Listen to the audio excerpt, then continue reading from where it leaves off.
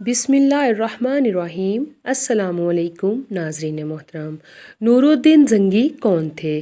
ایک رات سلطان نور الدین زنگی رحمۃ اللہ علیہ نے عشاء کی نماز پڑھی اور سو گئے کہ اچانک اٹھ بیٹھے اور نم آنکھوں سے فرمانے لگے کہ میرے ہوتے ہوئے میرے آقا دو عالم صلی اللہ علیہ وآلہ وسلم کو کون ستا رہا ہے؟ سلطان اس خواب کے بارے میں سوچ رہے تھے جو مسلسل 3 دن سے سلطان کو آ رہا تھا، اور آج پھر چند لمحوں پہلے سلطان کو آیا تھا۔ حضرت محمد مصطفیٰ صلی اللہ علیہ وآلہ وسلم نے 2 افراد کی طرف اشارہ کر کے فرمایا کہ یہ مجھے ستا رہے ہیں۔ اب سلطان کو قرار کہاں تھا؟ انہوں نے چند ساتھی اور سپاہی لے کر دمشق سے مدینہ جانے کا ارادہ فرمایا۔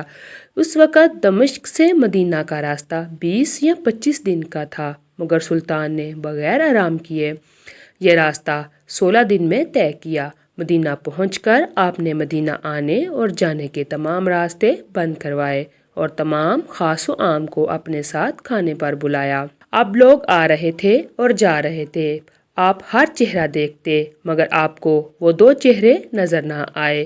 اب سلطان کو فکر لاحق ہوا اور آپ نے مدینے کے حاکم سے فرمایا کیا کوئی ایسا ہے جو اس دعوت میں شریک نہیں؟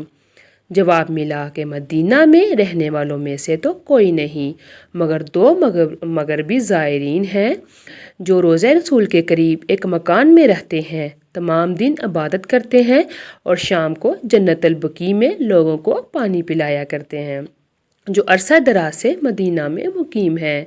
سلطان نے ان سے ملنے کی خواہش ظاہر کی۔ دونوں زائر اپنے آپ کو بہت عبادت گزار ظاہر کرتے تھے۔ ان کے گھر میں تھا ہی کیا، ایک چٹائی اور 2-4 ضرورت کی اشیاء، کہ یکدم سلطان کو چٹائی کے نیچے کا فرش لرزتا محسوس ہوا۔ آپ نے چٹائی ہٹا کے دیکھا تو وہاں ایک سرنگ تھی۔ سلطان نے اپنے ایک سپاہی کو سرنگ میں اترنے کا حکم دیا۔ وہ سرنگ میں داخل ہوئے اور واپس آ کر سلطان کو بتایا کہ یہ سرنگ تو نبی پاک صلی اللہ علیہ وآلہ وسلم کی قبر مبارک کی طرف جاتی ہے۔ یہ سن کر سلطان کے چہرے پر غیظ و غضب کی کیفیت طاری ہو گئی۔ سلطان نے دونوں زائرین سے پوچھا کہ سچ بتاؤ کہ تم کون ہو؟ حیل و حجت کے بعد انہوں نے بتایا کہ وہ یہودی ہیں اور اپنے قوم کی طرف سے تمہارے پیغمبر یعنی سردار دو جہاں حضرت محمد صلی اللہ علیہ وآلہ وسلم کے جسم اقدس کو چوری کرنے پر مامور کیے گئے ہیں۔ سلطان یہ سن کر رونے لگے۔ اسی وقت ان دونوں کی گردنیں اڑا دی گئیں۔ سلطان روتے جاتے اور فرماتے جاتے کہ میرا نصیب کہ پوری دنیا میں سے اس خدمت کے لیے اس غلام کو چنا گیا۔ اس ناپاک سازش کے بعد ضروری تھا کہ ایسی تمام سازشوں کا ہمیشہ کے لیے خاتمہ کیا جائے۔ سلطان نے مومار بلائے اور قبر اقدس کے چاروں طرف خندق کھودنے کا حکم دیا۔ سلطان کے حکم سے اس خندق میں پگھلا ہوا سیسا بھر دیا جہاں تک کہ پانی نکل آئے۔